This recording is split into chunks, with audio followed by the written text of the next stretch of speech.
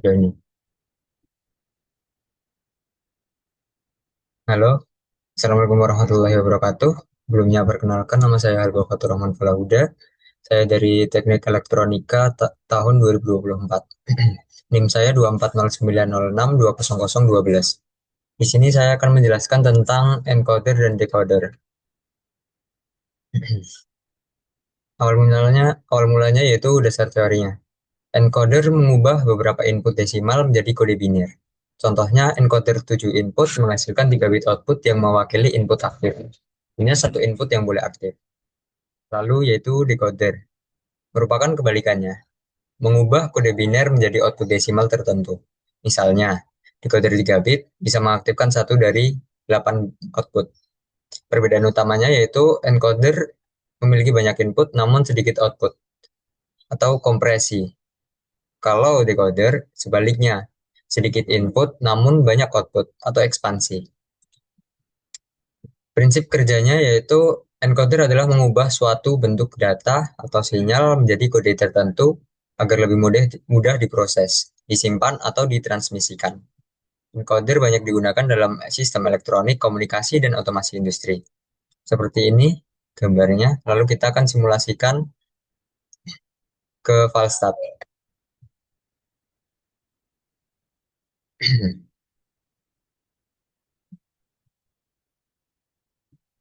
Untuk yang pertama yaitu encoder.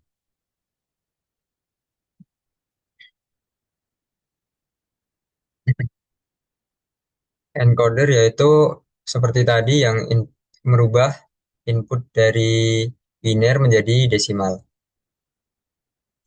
Misalnya, ini dari inputnya hidup satu. Nah, di outputnya nanti juga hidup yang satu.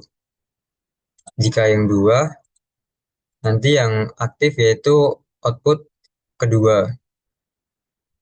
Lalu, jika empat, outputnya yang aktif yaitu output keempat.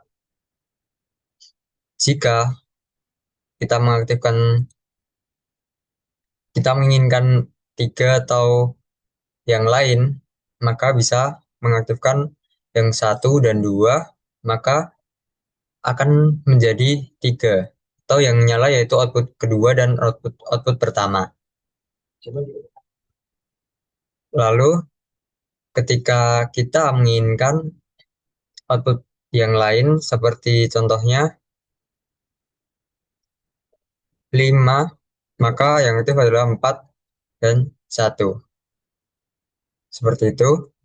Lalu yang 6 yang aktif yang kita hidupkan yaitu 4 dan 2. Lalu untuk mengaktifkan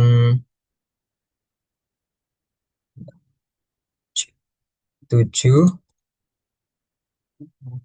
maka ketiganya akan aktif.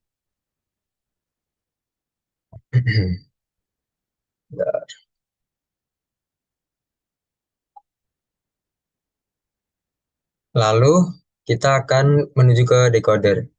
Prinsip kerjanya yaitu perangkat atau rangkaian ini berfungsi mengubah kode atau sinyal yang telah dikodekan kembali ke bentuk aslinya, yaitu dari desimal menjadi biner.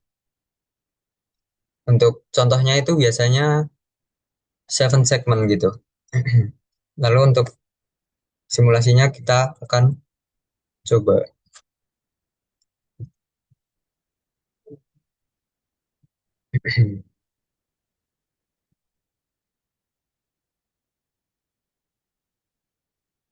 Untuk simulasi pertama yaitu ini karena inputnya tidak ada yang aktif sama sekali, maka outputnya yang dihasilkan yaitu output 0.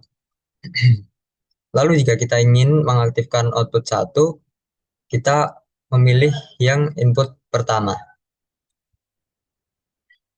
Lalu yang aktif akan output 1 saja.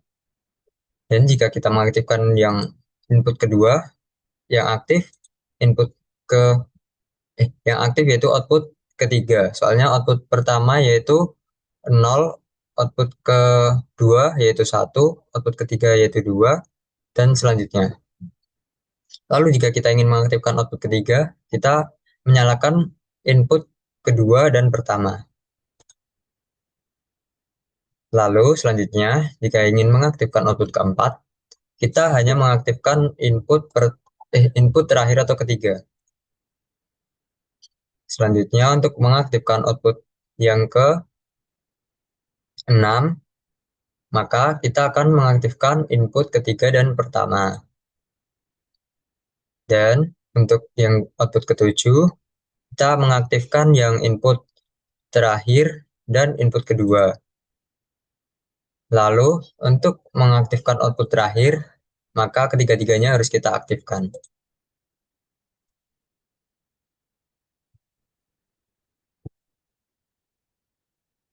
Sekian dari saya, kurang lebihnya mohon maaf. Wassalamualaikum warahmatullahi wabarakatuh.